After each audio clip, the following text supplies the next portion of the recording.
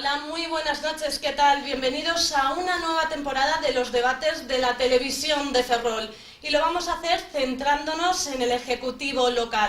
Vamos a recordar que en el 2015, a través de un pacto entre el Partido Socialista y Ferrol en Común, formaban esta nueva legislatura. Posteriormente, en septiembre del 2016, se producía esa ruptura con el Partido Socialista. Y en el 2017 también podemos decir que ha sido algo movidito con la salida del gobierno de Esterleira. Actualmente un gobierno que está formado por 5 concejales de Ferrol en Común y 2 concejalas no adscritas, Rosa Méndez y María Fernández Lemos. Esta noche haremos un recorrido por todos los temas de gran importancia para todos los ciudadanos, como puede ser el saneamiento que nos deparan estos 2 años de legislatura, urbanismo, empleo y otros asuntos más que iremos desarrollando a lo largo de la noche. Para hablar de todos estos temas nos acompaña el portavoz de Ferrol en Común, Álvaro Montes, a mi lado derecho. Hola, ¿qué tal? Buenas noches. A la izquierda tenemos a la portavoz del Partido Popular, Martina Neiros. Buenas noches, Martina. Muy buenas noches, Natalia. Y la portavoz del Partido Socialista, Beatriz Estallo. Buenas noches, Beatriz. Hola, buenas noches. Como pueden ver, faltan los representantes del BNG y de Ciudadanos. Iván Rivas y Ana Rodríguez Masafret vendrán en el debate de la semana que viene para debatir los temas que nos ocupan. Por otro lado, me gustaría recordarles que este debate va a estar dividido en 2 partes. En una primera parte va a ser el turno para los invitados, para ir desglosando todos los temas que queremos tratar, y en una segunda parte, además de que los invitados nos muestren sus puntos de vista de los temas a tratar, también lo podrán hacer todos ustedes, los que quieran, siempre y cuando lo hagan a través del respeto y sin dañar a nadie. ¿Y cómo lo podrán hacer? A través del 981 36 99 13 o también a través del Twitter con el hashtag debate TVFerrol. Os recuerdo a los invitados que van a tener 3 minutos para debatir cada uno de los temas, pero antes de nada me gustaría que me dierais un titular de vuestra definición de estos 2 años de gobierno. Por favor, señor Montes, si puede empezar. Bueno, se buscásemos un titular na acción de goberno, eu creo que o que é o grupo de goberno, as persoas que formamos parte dele, eu creo que o noso compromiso e o noso principal, a nosa principal fortaleza é a proximidade. Proximidade. Martina Neiros. Yo voy a ser más concisa. Para mí, desde luego, no lo puedo definir de otra manera como 2 años perdidos. Beatriz Estallo. Pois dende a saída do goberno do Partido Socialista caótico e baleiro. Y ahora sí que nos metemos en el meollo del asunto y me gustaría empezar haciendo un balance de estos 2 años. ¿Cómo ve estos 2 años? Ahora sí. Bueno, pois logo da presentación de Natalia, que eu creo que é moi correcta e moi clara no sentido de dividir en eses por sucesos que transcorreron desde ese 2015 a 2017, pois partimos do 2015, onde logo das eleccións europeas pois se produce no conxunto do Estado eu creo que era a resposta a unha necesidade, que é a Unidade Popular Social da Esquerda, onde unha serie de candidaturas pois se presentan ás eleccións con un marco político novo, unha forma de facer política e uns obxectivos políticos novos. En Ferrol, no 2015, pois se presenta Ferrol en Común, logo dunha breve historia de casi en 50 días se montou a candidatura e en 50 días pois fomos capaces de alcanzar os 6 concelleiros. Logo do acordo político co Partido Socialista e no propio pleno de investidura, un se dá conta personalmente que íbamos ter un socio que nos apoiou, que foi o Berenán en aquel momento. Logo de varios intentos de que entrara no goberno, o propio primeiro día fixo un apoio ao goberno, pero fixo unha crítica xa dentro do primeiro día, e aí empezaron as dificultades, ao non ser capaces, en moitas cuestións, de sumar os 13 votos necesarios dun pleno, e iso provocou certo desgaste e provocou, bueno, as propias relacións que tanto poden darse no ámbito laboral ou no ámbito persoal, onde hai 2 persoas ou 2 grupos que non se acaban de levar ben ou non acaban de poñer as cousas en común da forma que quixeran polo ben propio, polo ben da cidade, e acaba tamén rompendo o goberno co Partido Socialista. A partir de aí, eu creo que hai un punto de inflexión que eu sí que valoro positivo. Eu creo que a cidadanía tamén valora positivamente esa ruptura e todo que esas debilidades que tivemos, como digo, desde 2015 ata este punto que estamos no 2017, creo que hoxe son precisamente a nosa fortaleza, unha fortaleza que aparte se basa na experiencia acumulada nestes 2 anos e onde se somos capaces de 3 temas que eu considero fundamentais daqui a 2019, afrontaremos estes anos novamente coa posibilidade de facer disputar nas eleccións de 2019 o Partido Popular, a Alcaldía de Ferrol, e esas 3 frentes que son necesarios abordar son a presentación dos orzamentos, ser capaces de regular o estacionamento e o tráfico en Ferrol, que é a ORE, de forma consensuada, e por último ser capaz de sacar adiante unha tasa de saneamento que leva moitos anos sendo un dos principais focos de diverxencia política nesta cidade. Perfecto, parece que el tiempo lo ha visto bastante bien, no mira aquí que le hemos puesto más tarde, así que han sido justo los 3 minutos. Señora Neiros, por favor, es su turno. Bueno, desde luego, un punto totalmente opuesto a lo que Álvaro comentaba hasta ahora, ¿no? Desde luego, efectivamente, las elecciones del 2015 pintaron un escenario distinto en el que el Partido Popular, a pesar de haber obtenido una mayoría importante y una diferencia con respecto a Ferrol en Común más que sustancial, 11 concejales frente a 6 concejales de Ferrol en Común, lo cierto es que bueno, hubo ese pacto de perdedores entre Ferrol en Común, el PSOE y el BNG que permitieron pues, que la fuerza más votada no pudiera acceder a la alcaldía, ¿no? Y ahí hubo un gobierno que consiguió 13 votos y fueron 13 votos esa mayoría que duró lo que duró la sesión de investidura, porque lo cierto es que al terminar la sesión de investidura o incluso ya antes, como decía Álvaro, el bloque se separó frontalmente de ese pacto que nunca llegó a existir con el bloque, ¿no? Esos 13 votos que se quedaron en 11 entre el grupo de las mareas y el Partido Socialista. Un pacto de gobierno que creo que nunca existió como tal, que nos tuvo acostumbrados durante algo más de un año a enfrentamientos permanentes entre ambos socios de gobierno, un pacto de gobierno que, en fin, creo que lo que demostró es que le permitió al alcalde en muchas ocasiones culpabilizar ese pacto de gobierno de muchas cuestiones que al final después de la ruptura de ese pacto hemos comprobado pues, que efectivamente las cosas no han ido mejor, sino todo lo contrario.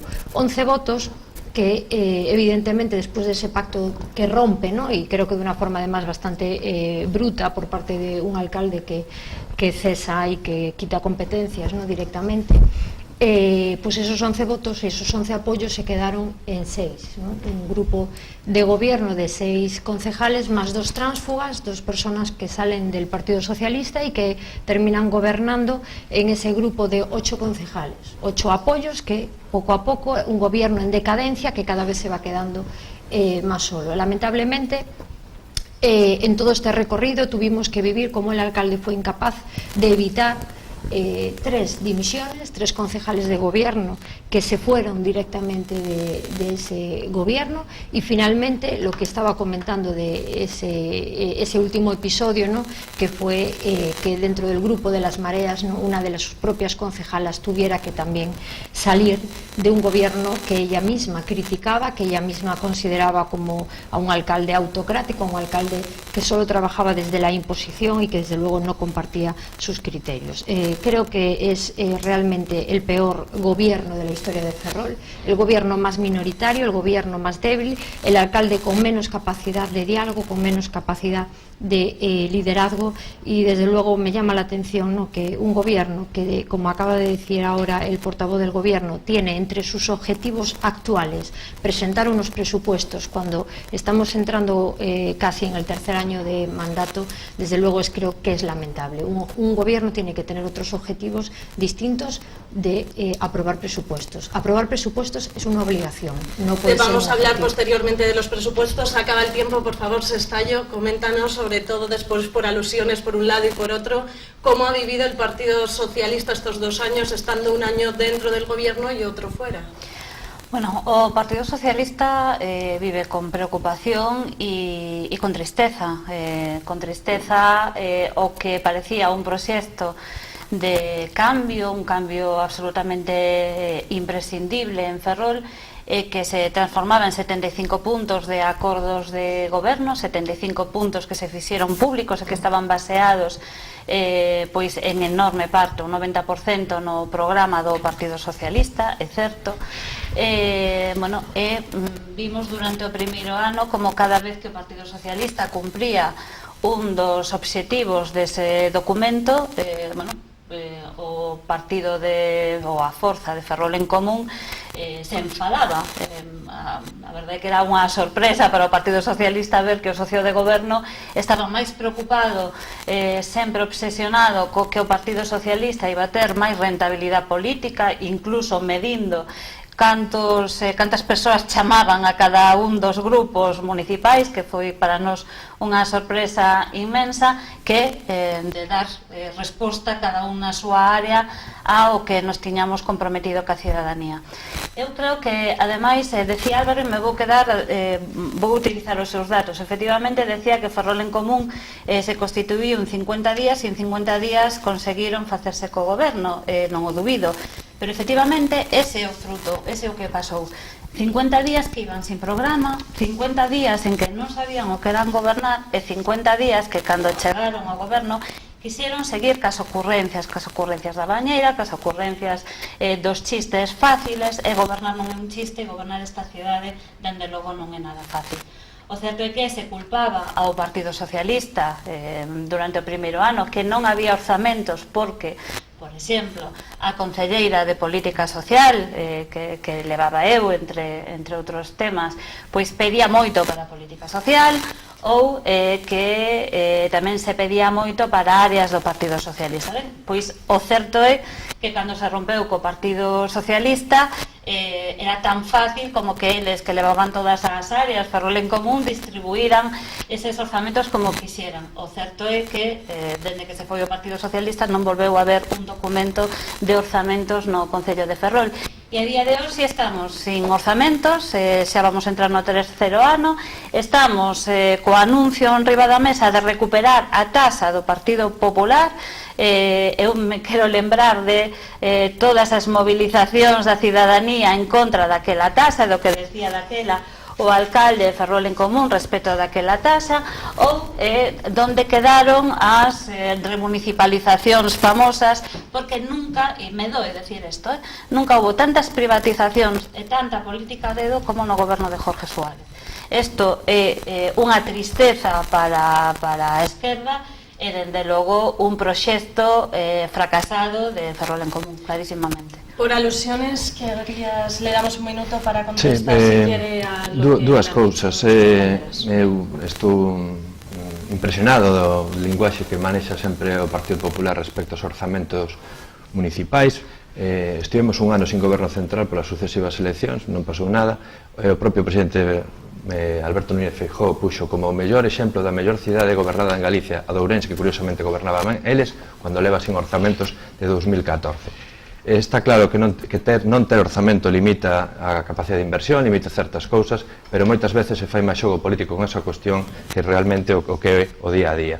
E logo, simplemente eu dixen esas tres cuestións, o tema dos orzamentos, o tema do saneamento e o tema da ordenanza de estacionamento, para, como dixen, chegar a 2019 coas opcións de que Ferrol en Común sexa quen dispute a alcaldía ao Partido Popular, porque coincido, como moita xente, que o Partido Socialista nesta cidade está perdendo o centro político que debería ocupar.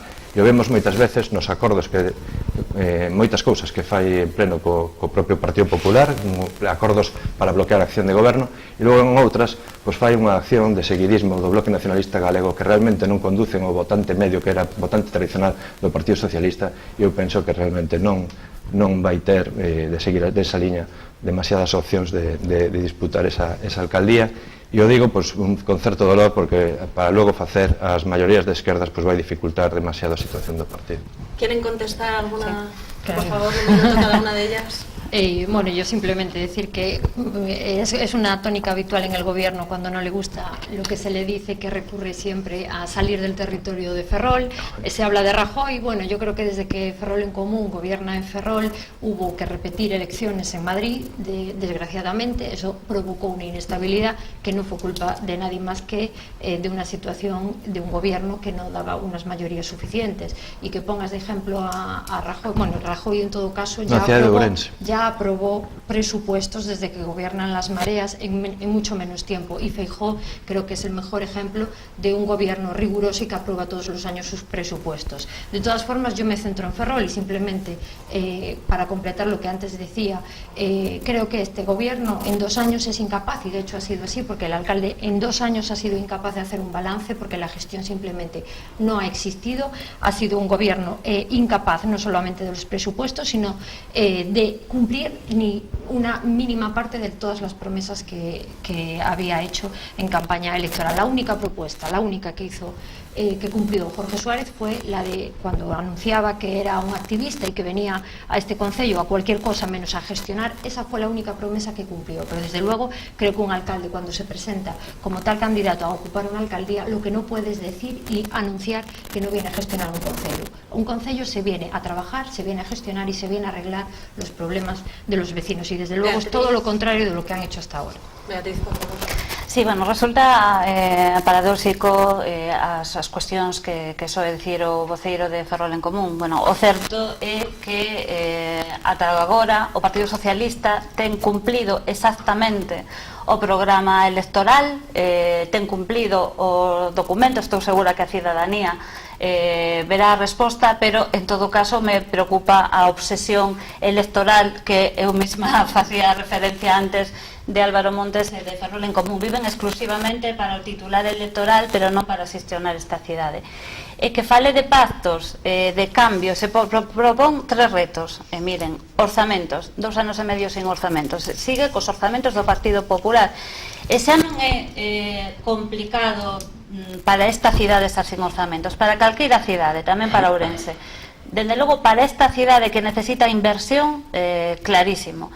Bueno, pois están contentos cos orzamentos do Partido Popular. Polo tanto, o goberno rebelde, bueno, pois parece que ten máis en común, este Ferrol en Común, co Partido Popular que con Ferrol.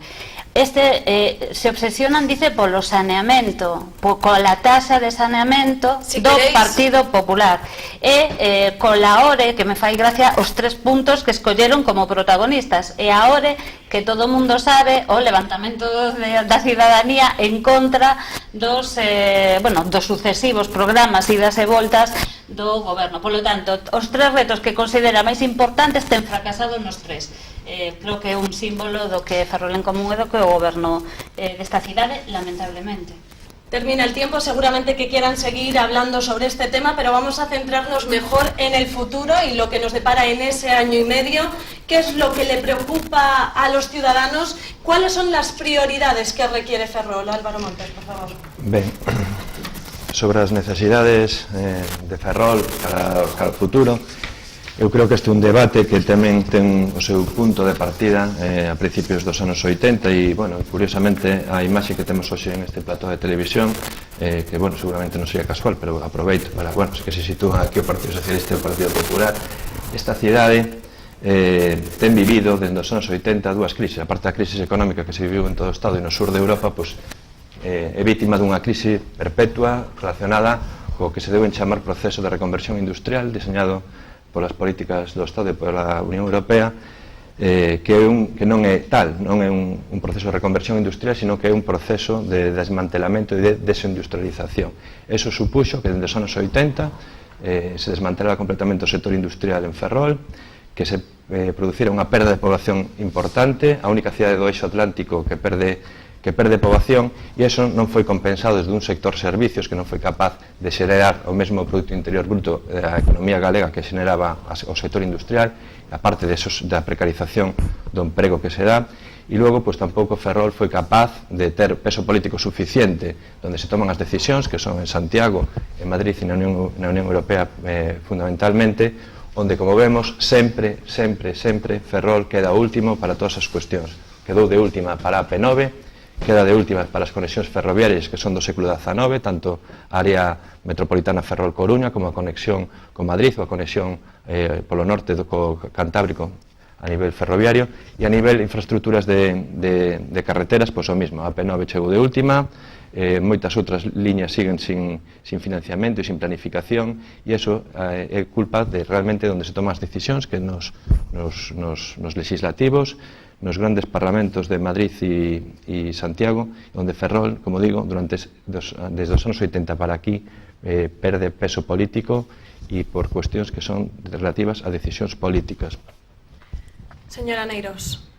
Bueno, pues me sorprende, la verdad, una vez más, ¿no? El portavoz, que parece que es buen discípulo del alcalde, y que cuando se hablan de las necesidades de Ferrol no cita ni una sola de competencia municipal. Es que él ocupa un cargo público de responsabilidad a nivel municipal, y lo lamentable es que cuando se hable de las necesidades de Ferrol mire siempre para otras administraciones, para la Xunta, para el Estado. Yo también me preguntaría qué planes tiene este gobierno para estos próximos 2 años, porque desde luego hasta ahora no ha ejecutado absolutamente nada, y me preocupa que el único objetivo sea seguir esperando de la Xunta y del Estado, que desde luego cumple mucho más que lo que hace este gobierno municipal. Desde luego la primera necesidad para Ferrol es lo que citábamos, ya hemos citado en varias ocasiones, que es tener presupuestos, y eso no es un objetivo, como decía el portavoz, eso es una obligación de cualquier gobierno serio y responsable. Cada año tiene que haber unos presupuestos. Sin presupuestos no hay inversión.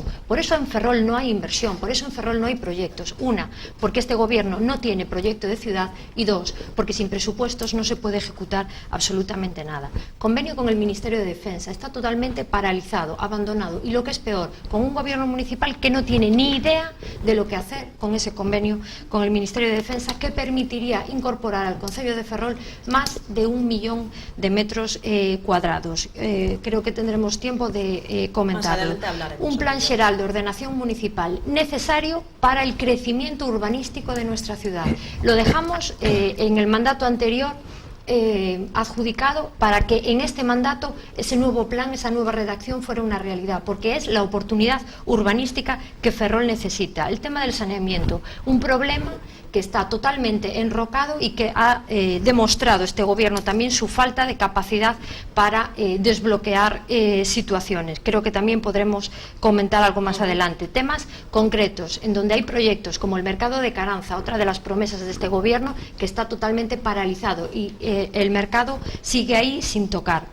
El paso que comunica Santa Marina con el ensanche A, un paso totalmente necesario para la permeabilidad de esos dos barrios, que también dejamos un proyecto redactado, pero parece que a este gobierno no le gustó y seguimos perdiendo el tiempo. El tema es no ejecutar absolutamente nada. Una zona rural abandonada. Por hacer no han hecho ni siquiera lo mínimo, no han sido ni capaces de desbrozar la zona rural antes de la llegada del verano. Una gestión realmente vergonzosa. Instalaciones como Fimo. ¿Qué va a pasar con Fimo?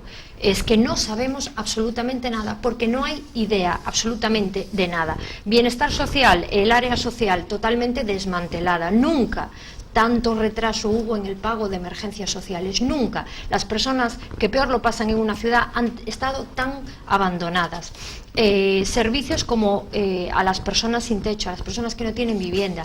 Vaya terminando, por favor. En definitiva, un montón de cuestiones que demuestran la poca sensibilidad de un gobierno también hacia las personas. En definitiva, creo que son muchas las necesidades de Ferrol, y me preocupa, insisto, que este gobierno, su preocupación sea lo que va a hacer el Estado o la Xunta, y que desde luego no venga aquí con una idea clara de lo que va a hacer estos próximos 2 años. Señora Sestallo, ¿qué opina el Partido Socialista? ¿Cuáles son las necesidades para Ferrol?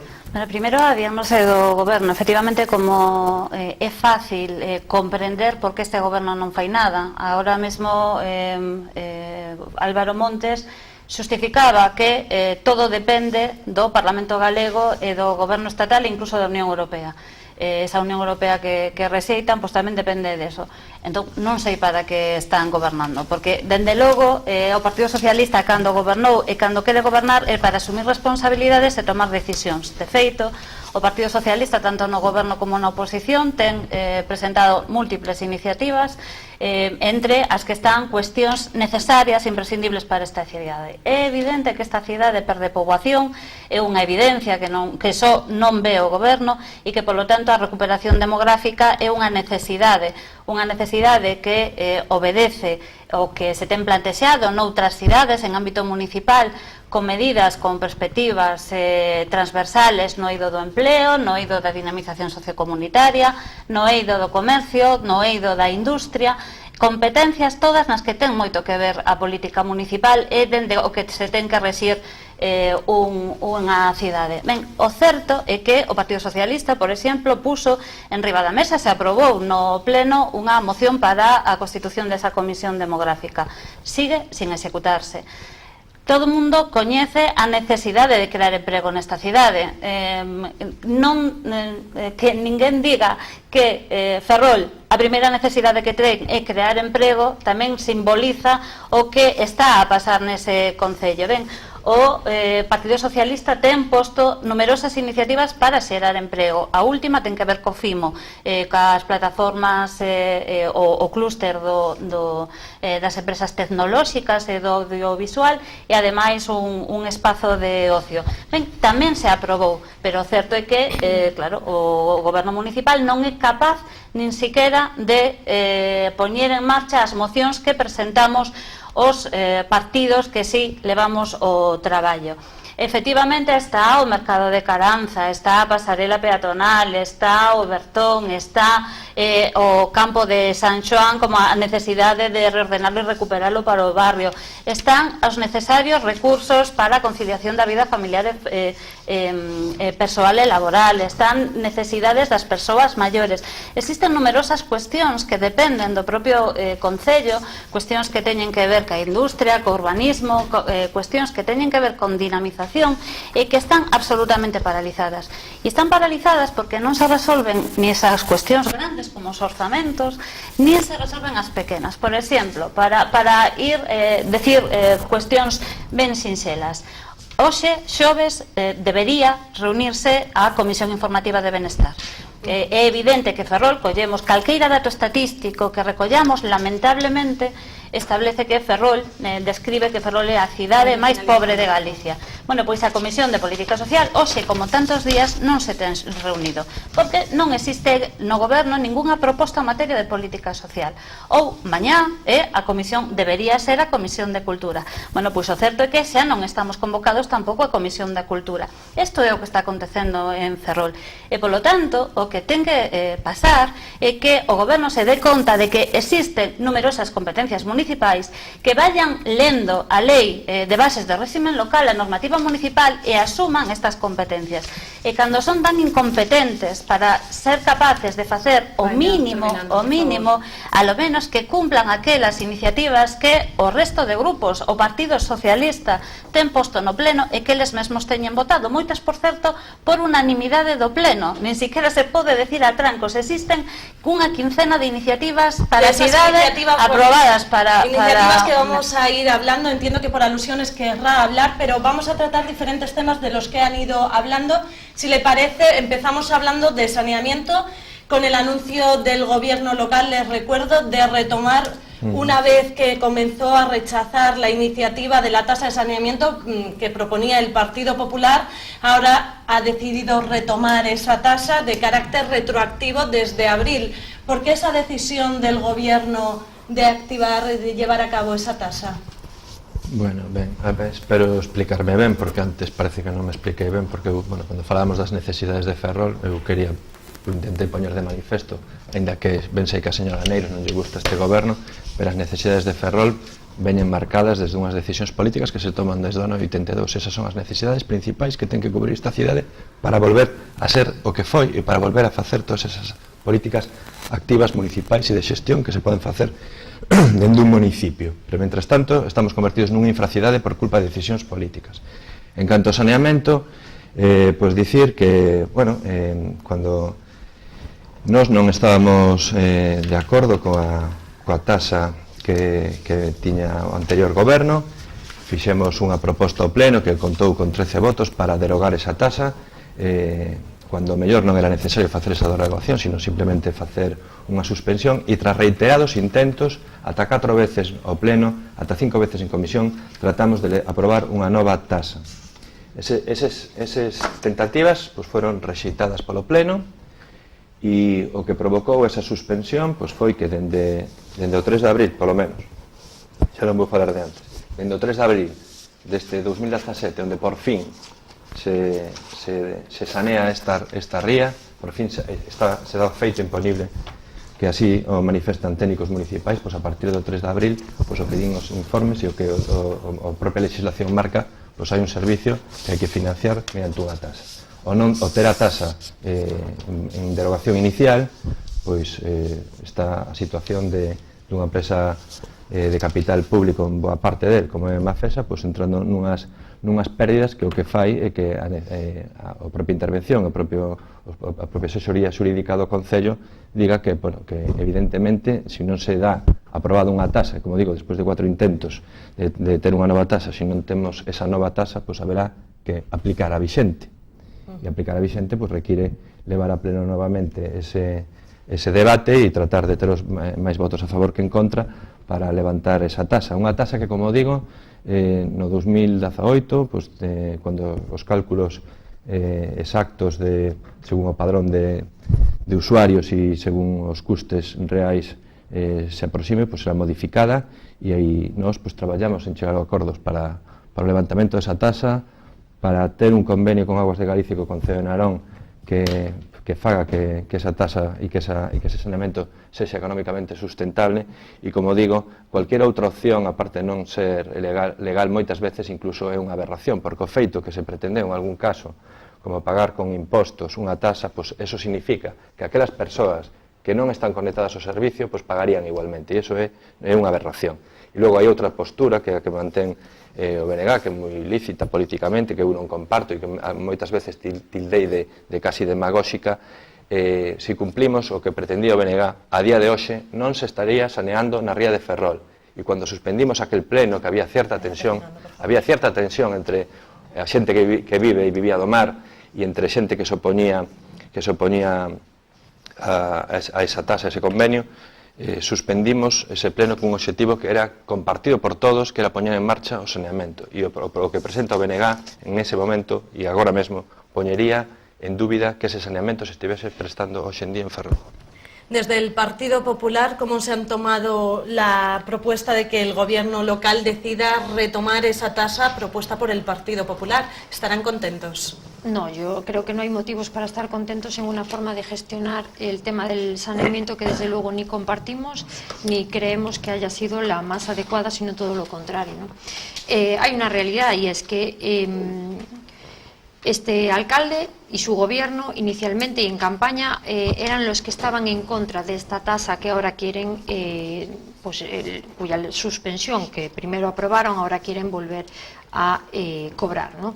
Es una tasa, la del 2014, del mandato anterior, que era una tasa necesaria porque hacía falta totalmente para poner en marcha el sistema de depuración. De hecho, si no se hubiera hecho así en el mandato anterior, hoy no podríamos estar hablando de una depuración al 100%, ¿no? Un proceso de depuración al 100% como parece que existe hoy. Una tasa que fue necesaria, pero que a pesar de ello hubo pues, grupos que defendieron que no procedía esa tasa, como entre ellos el alcalde, que formaba parte de la plataforma que hoy sigue defendiendo lo mismo. Y el alcalde, a pesar de eso, pues cuando empezó a gobernar, decidió suspender esa tasa que define como la tasa del PP, que desde luego creemos que no es la del PP, es la tasa que se aprobó en el 2014 para iniciar la depuración, y decidió suspenderla, una decisión que desde luego siempre consideramos injustificada y siempre consideramos como inapropiada.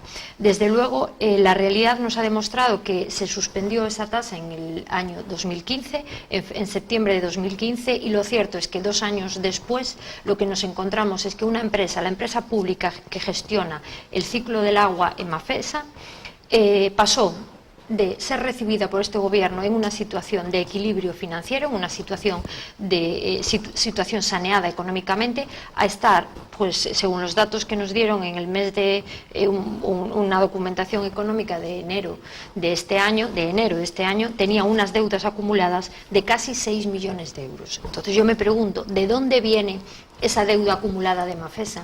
Mafesa a día de hoy está en una situación en la que podría estar incursa en causa de disolución. Mafesa está, para entendernos, prácticamente cercana a la quiebra. Y todo esto tiene que ver con la nefasta gestión de un gobierno que políticamente quiso derogar una tasa y que ahora no le queda más remedio que plantear el levantamiento de esa suspensión debido a la situación en la que, desde luego, nos han metido. No compartimos cómo se gestionó este asunto, siempre defendimos que la legalidad ante todo, y no compartimos cómo se hicieron estos procedimientos que siempre hemos cuestionado, porque han llevado a esta empresa pública a una situación límite. Desde luego creo que el alcalde ha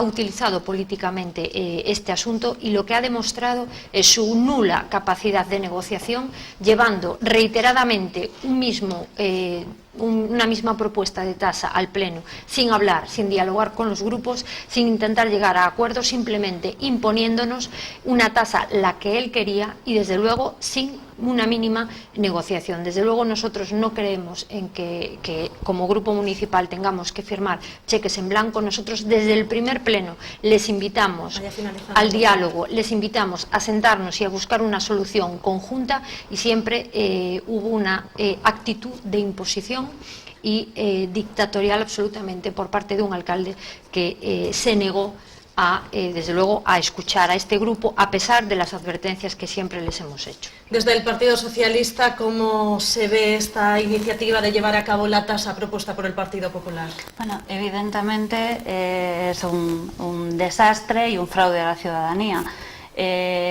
Cando chegamos comprometimos que derogaríamos a tasa do Partido Popular que creíamos obedecía un fraude, e así o seguimos pensando. Se estaba engañando a xente con unha tasa que pretendía gravar un obxeto que todos vimos que non se producía, que non se depuraba. Hubo un enorme fraude á ciudadanía. E por iso nos levantamos, e por iso recorrimos, e por iso se aprobou a suspensión dunha tasa que, por certo, esa suspensión foi recurrida polo Partido Popular e os tribunales nos deron a razón. Polo tanto, ese é o marco que existía. O Partido Socialista, a partir de aí, dixo sempre o mesmo, o que decía en campaña, o que dixo no goberno e o que decimos agora na oposición. Puxemos en riba da mesa tres condiciones moi básicas. Había as dúas posibilidades, a posibilidade de devolver a esa infraestructura depuradora que non é da cidade de Ferrol a Xunta de Galicia para que se ocupe do mantemento, como ocurre en outras cidades e non pasa nada. Esa é unha solución. Ou había a solución de poner unha tasa, pero xusta, unha tasa que non este calculada polos intereses privados da empresa. Isto non ten ningún sentido. Que puxemos en riba da mesa ao Partido Socialista? Que os custes da tasa os estudiaría o Concello, os funcionarios públicos do Concello.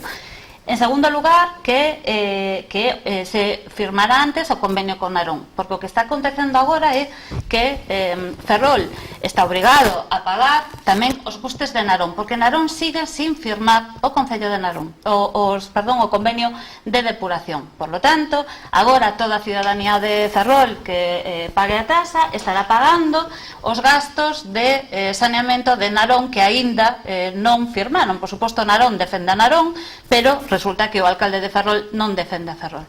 E unha terceira cuestión que pedíamos era que se procedera ao saneamento do rural.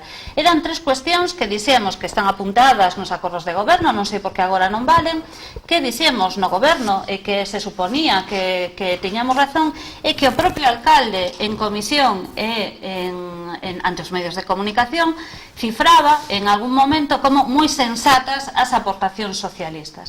Bueno, pois estas sensatas aportacións socialistas nos atopamos de repente que pasan a ser insensatas e que aquela tasa fraudulenta, aquela tasa abusiva, aquela tasa injusta e aquela tasa da empresa Tiburón, todas estas son frases de Ferrol en Común e de Jorge Suárez, resulta que son as que quere recuperar.